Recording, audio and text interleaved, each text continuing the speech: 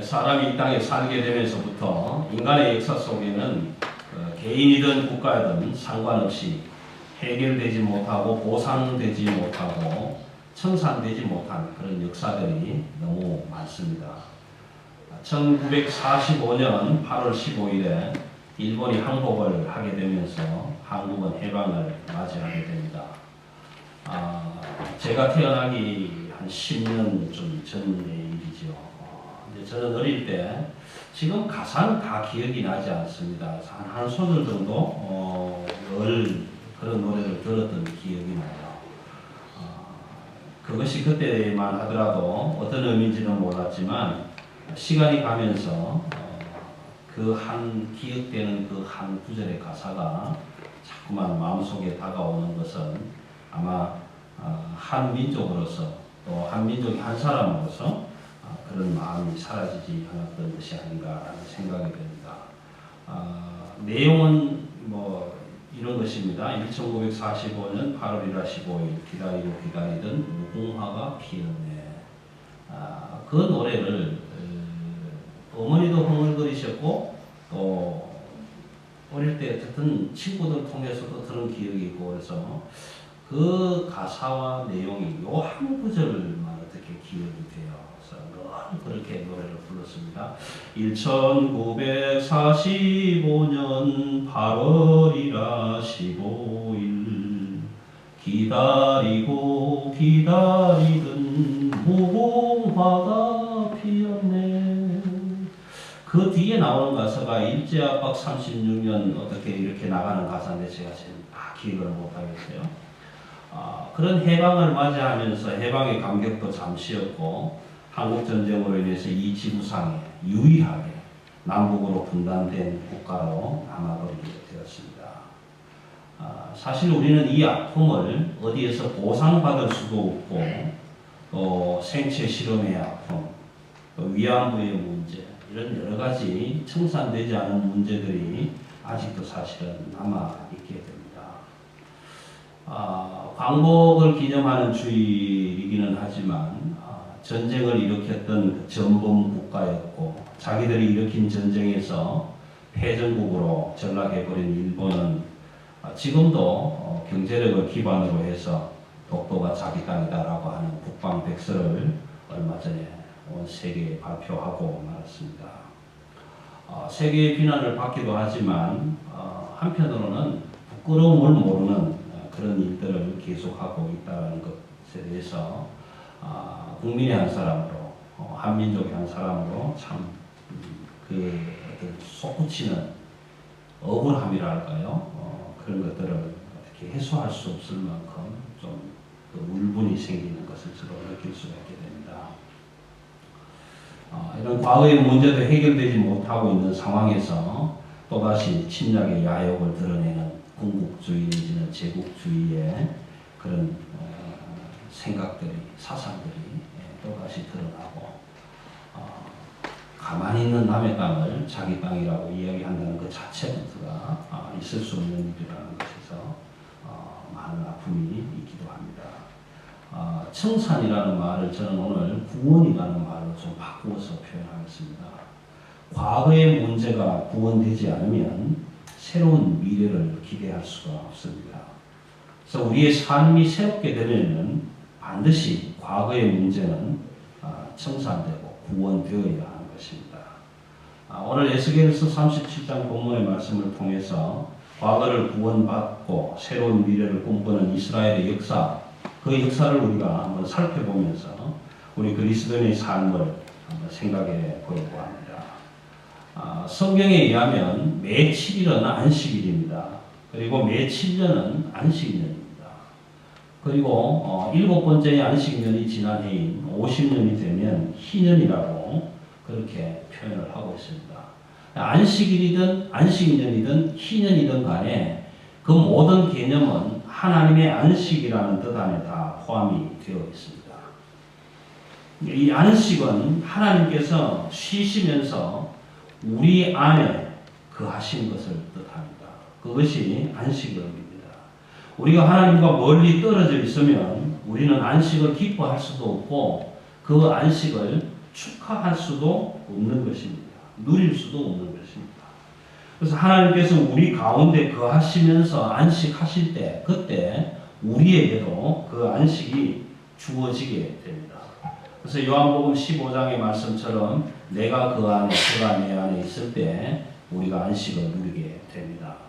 15장 5절에서 요한복음 15장 5절에서 나는 포도나무요 너희는 가지라 그가 내 안에 내가 그 안에 거하면 사람이 열매를 많이 맺나니 나를 떠나서는 너희가 아무것도 할 수 없습니다. 그렇게 기록하고 있습니다. 이 안식은 하나님을 떠나서는 안식을 누릴 수가 없다라는 것입니다. 두 번째 안식은 시간과 영혼의 만남입니다. 하나님께서는 안식이라는 표현을 쓰실 때에 시간 안에 계신다라는 겁니다. 하나님이 안식하신다는 의미는 시간 저 밖에 있거나 우리의 삶의 저 건너편에 있는 것이 아니고 하나님께서는 일곱째 날에 쉬시면서 그 날을 축복해 주셨습니다. 그래서 그 안식의 날, 일곱째 날은 우리가 창조의 시작을 회상하는 날이기도 하며 동시에 창조의 완성을 소망하는 시간이기도 합니다. 그래서 영원하신 하나님과 우리의 만남이 일어나는 일인 것입니다. 그래서 안식은 시간과 영혼의 만남이 됩니다. 하나님께서는 다른 모든 것보다도 먼저 이 안식의 시간을 축복해 주셨습니다. 복되게 하시고 거룩하게 해 주셨습니다. 그러니까 이 안식은 모든 것에 다 적용이 됩니다. 십계명을 우리가 살펴보시면 아시겠지만 부모와 자녀, 주인과 종, 동족과 이방인, 짐승들에게까지도 이 안식은 적용이 됩니다. 그래서 이 모든 것에 적용이 되는 이 안식의 의미, 하나님께서는 자기의 모든 피조물, 하나님의 모든 피조물, 가난한 사람들, 이방인들, 짐승들까지도 먹여 살리신다는 의미가 가지고 있습니다.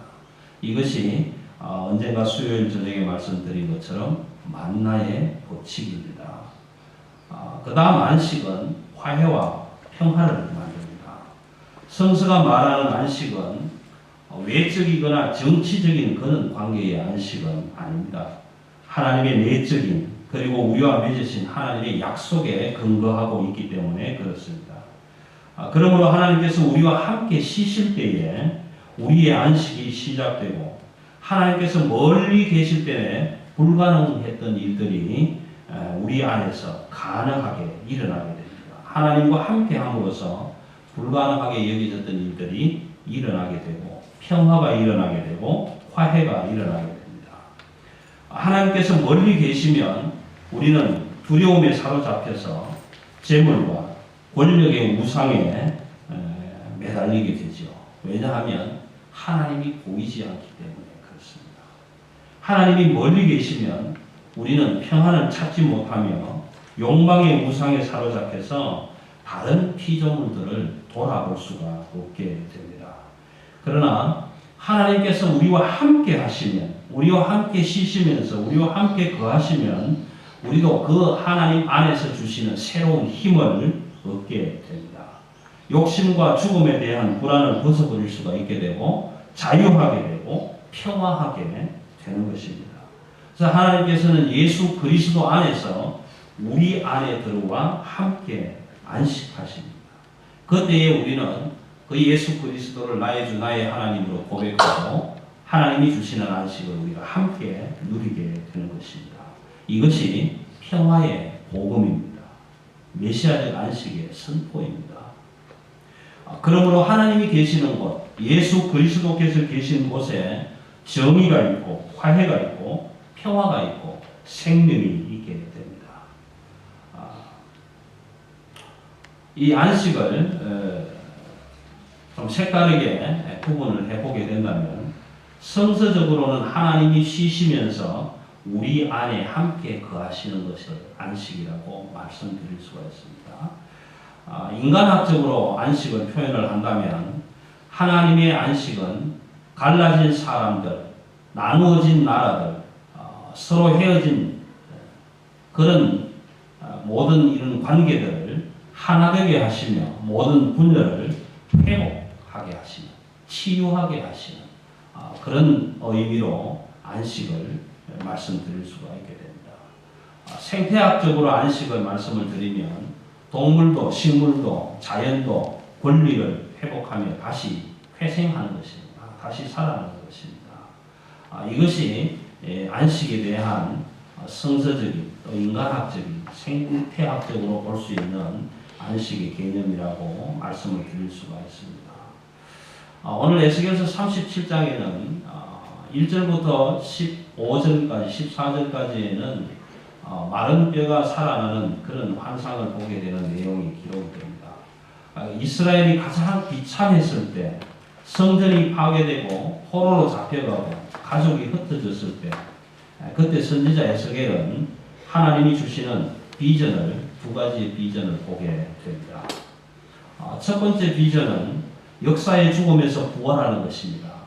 그래서 많은 사람들이 죽게 되고 그 죽은 뼈가 온 땅에 늘어져 있는 이런 상황을 보면서 하나님은 에스겔에게 이렇게 질문하십니다. 인자야, 이 뼈가 너희 살아날 수 있겠느냐? 그래서 에스겔을 향해서 대언하라고 하죠. 생기야 부르와라. 그래서 이 생기가 마른 뼈에 들어감으로 인해서 마른 뼈가 하나님의 생기로 살아나는 그런 비전을 보게 됩니다. 그리고 마지막 한 가지는 과거에서 구원받고 새로운 미래를 여는 그런 비전을 보게 됩니다. 그 비전이 오늘 15절에서 23절까지에 기록된 말씀입니다. 이 두 번째 비전은 하나님의 섭리 안에서 이루어지는 통일의 비전입니다. 하나됨의 비전을 보게 되는 것입니다. 우리가 사회적으로 바라보면 독일도, 일본도, 한국도, 교회도 어느 하나도 이스라엘과 똑같다고는 말할 수가 없습니다. 전혀 다릅니다. 그러나 오늘 성경이 우리에게 보여주시는, 말씀하시는 이스라엘의 미래와 역사, 그리고 온 인류를 향하신, 또 그리스도인들을 향하신 하나님의 정의와 평화를 실천하기 위한 하나의 강령 지침이라고 볼 수가 있게 될 것입니다. 그래서 오늘 에스겔서 37장의 이 말씀은 우리에게 희망을 주고 회복의 미래를 바라보게도 하게 됩니다. 나아가서는 아직 그 분단과 국가로 남아있는 우리 조국의 먼 미래에 일어날 통일의 모습을 바라보게도 되는 것입니다. 하나님께서 택한 백성 이스라엘은 분열이 되고 찢겨지고 과거에 추한 모습으로 있었지만 하나님께서 불러서 회복시키실 때에는 그 추한 모습 그대로, 찢어진 모습 그대로, 분열된 모습 그대로 회복시키시는 것이 아니라 반드시 남북 왕조로 갈려져 있는 그 이스라엘을 불러서 하나님은 화해하게 하시고 평화롭게 하시고 새로운 하나의 나라를 만드시겠다는 약속을 해주시고 있습니다. 남북으로 나누어져 있는, 남북 왕조로 갈려져 있는 이 이스라엘 지파들에게 유다와 아픔, 유다의 아픔과 요셉의 아픔, 그 두 지파의 아픔들을 다 종결시키시고 그 갈등들을 다 종결시키시고 국가적인, 민족적인 그런 아픔들을 다 회복되게 하시고 평화로운 새로운 나라로 만드시겠다고 하는 약속을 에스겔에게 하시면서 에스겔을 통해서 몇 가지 상징적인 행위를 얘기하고 있는 모습을 우리가 보게 됩니다. 그 첫 번째는 막대기 두 개를 가져다가 그 막대기에 하나는 유다와 그 이스라엘의 짝, 또 한쪽에는 요셉과 그 이스라엘 짝이라 쓰고 그 두 막대기를 네 손으로 하나가 되게 하라, 그렇게 말씀을 하고 있습니다. 에스겔은 실질적으로 이 상징적인 행동을 그대로 그 민족들 앞에서 사실은 행해 보였습니다.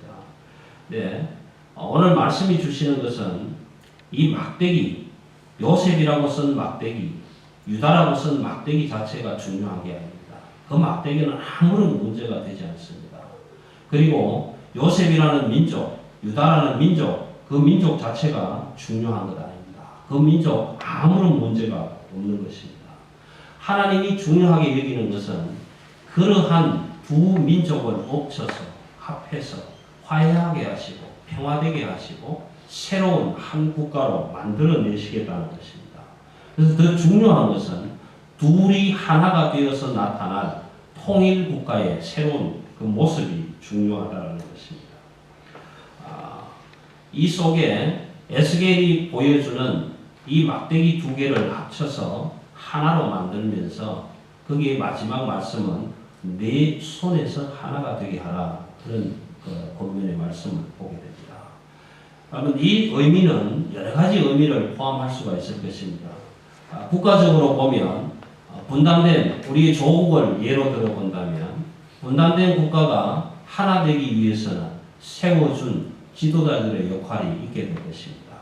그 두 지도자들이 어쨌거나 하나 되는 모습을 만들어가는 그런 우리에게 주어진 일도 될 수가 있을 것입니다. 또 하나는 우리 믿음의 사람들이 신앙적으로 서로 다른 그 모양새를 하나로 만들어가는 부분도 우리에게 맡겨준 일일 수가 있습니다. 예를 든다면 지금 북한 쪽에서는 사실 기독교인들이 있지만 그리스도의 교회가 있지만 우리에게 잘 알려진 봉수교회도 있지만 그럼에도 불구하고 선포되는 말씀이 자유롭지 못하고 성경적이지 못하고 그래서 간혹 혹자들은 하나님이 누구냐라고 물었을 때 김일성 아버지가 하나님이시다라고 대답하는 이런 일들도 사실은 우리가 인터넷을 통해서 가끔씩 보게 되는 일들입니다.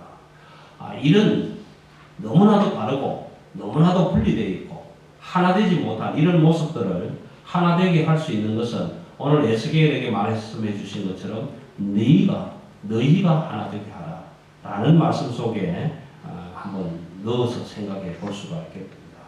오늘 우리가 이 지구상에 유일하게 남북으로 분단된 나라를 가지고 있는 백성으로서 우리가 할 수 있는 우리의 최선을 다하고 저들이 할 수 있는 저들의 최선을 다한다면 하나 될 수 있는 가능성은 분명히 열려질 것이다라는 것입니다. 인터넷을 보다가 이런 내용을 보았습니다. 일본이 독도가 일본의 땅이다라는 국방백서를 발표하고 나서 북한의 지도자로 있는 김정은이가 일본을 향해서 이렇게 발표를 했습니다. 일본의 침략적인 야욕이고 영유권 재침략이 되고 또 독도가 일본 땅이라고 하는 것은 조선의 재침략이다. 그래서 즉시 중단해라. 그렇게 발표를 해왔습니다. 그 발표를 인터넷에서 보면서 저는 그런 생각이 들었어요. 그래, 사상이 다르고 종교가 아직까지 일치하지 못하고 말이 다르긴 하지만 너도 어쩔 수 없이 나와 같은 한민족이구나.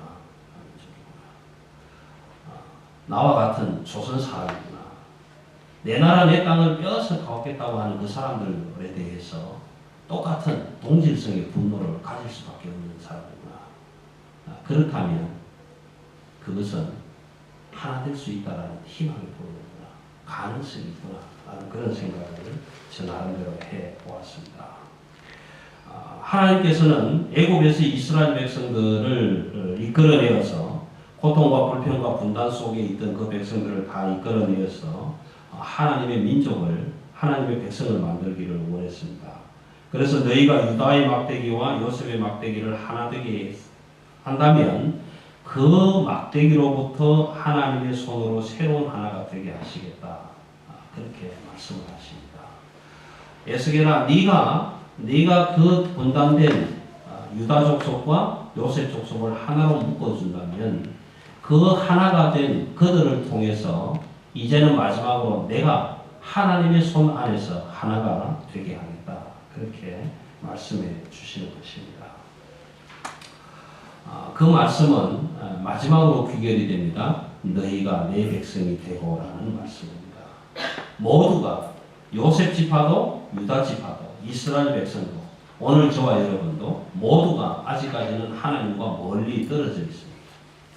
하나님을 섬긴다, 하나님을 예배한다, 믿는다 하면서 모두가 하나님을 다 멀리하고 있다는 것입니다. 저 역시도 빼놓을 수가 없습니다.